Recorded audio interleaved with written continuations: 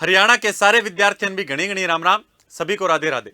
दोस्तों आज हम बात करने वाले हैं भारतीय भाषा एवं लिपि के ऊपर। गौर से देखिएगा, याद रखें दोस्तों, यहां पर आपके सामने बहुत सारी लिपियां लिखी हुई है। मैं दोस्तों आज यहां पर जो हमारी शास्त्रीय भाषाएं, आपने शास्त्रीय नृत्य सुने होंगे, मैं शास्त्रीय भाषाओं के बारे में भी बात करूंगा और यहां पर मैं ये भी बताऊंगा कि भारत में वर्तमान में संविधान में कितनी भाषाओं का उल्लेख है।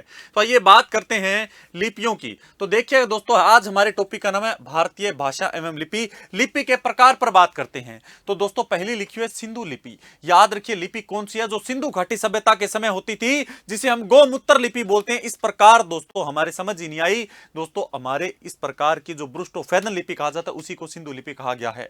ब्राह्मी लिपि, अशोक ने अपने शिलालेखों के ऊपर इसी लिपि का प्रयोग किया। हरियाणा के अंदर टोपरा स्तंभ लेख दोस्तों इसी लिपि के अंदर है। याद रखिएगा, अगर मैं बात करूं ब्राह्मी लिपि की, तो दोस्तों जितने भी स्तंभ स्थापित किए थे, अभिलेख स्थापित किए थे इस प्रकार के अशोक के द्वारा, उन सभी के ऊपर दोस्तों 6 लेख मिलते हैं। लेकिन टोपरा वाला एकमात्र ऐसा है जिसके ऊपर 7 लेख मिलते हैं। और बाद में दोस्तों 3 विग्रहराज चतुर्थ ने 3 और खुदवा दिए थे मलेच्छों को पराजित करने के बाद। फिर आता है खरोष्टी लिपि। दोस्तों आप सभी को पता होगा खरोष्टी लिपि कैसी है? ऐसी लिपि, अब देखिए दोस्तों, वर्तमान में जो मैं ये लिख रहा हूं, ये देवनागरी लिपि है। हम बाएं से दाएं लिख रहे हैं, लेकिन खरोष्टी लिपि के अंदर क्या होता है? हम दाएं से बाएं लिख कर आते हैं। अशोक के 2 ऐसे अभिलेख मिले हैं जिनके अंदर इसका उपयोग किया गया है, शहबाजगढ़ी और मानसहरा।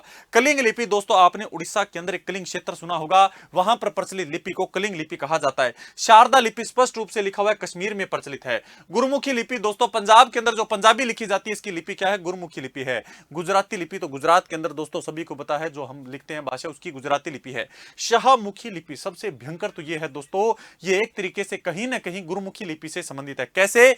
तो शाहमुखी लिपि दोस्तों कौन से एरिया में प्रचलित है? तो पाकिस्तान का जो पंजाबी क्षेत्र है दोस्तों, पंजाब बहुत बड़ा होता था, लेकिन याद रहे बंटवारे के बाद हमारे हिस्से में जो पंजाब है वो तो बहुत कम हिस्सा है, लगभग 40% हिस्सा होगा। लगभग कह रहा हूं मैं, एक्यूरेट नहीं बता रहा, लगभग। तो 60% पंजाब तो पाकिस्तान के पास है, और पाकिस्तान का जो पंजाब है वहां पर जिस लिपि का प्रयोग किया जाता है पंजाबी वाली, वो शाहमुखी लिपि है। तमिल लिपि, तमिल भाषा लिपि लिखी जाती है, और देवनागरी लिपि हमारी हिंदी की लिपि है। अगला प्रश्न देखिएगा दोस्तों, भारत की शास्त्रीय भाषाएं।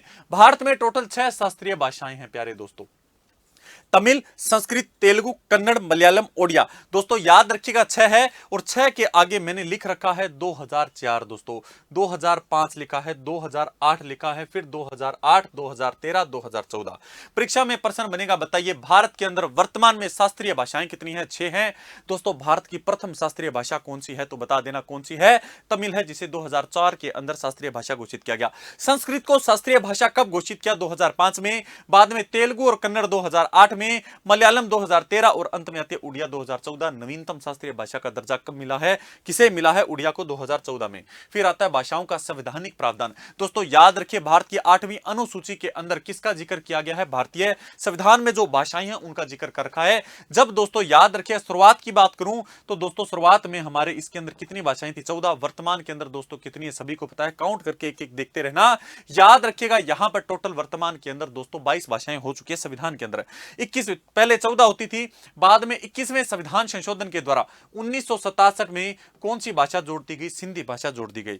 बाद में 71वें संविधान संशोधन के द्वारा दोस्तों 1992 में 3 भाषाएं जोड़ी, नेपाली, मणिपुरी और कोंकणी। और 92वें संविधान संशोधन के द्वारा 2003 के अंदर दोस्तों बोडो, डोगरी, मैथिली, संथाली जोड़ दी गई। तो ये हमारी शास्त्रीय भाषाएं भी हो गई।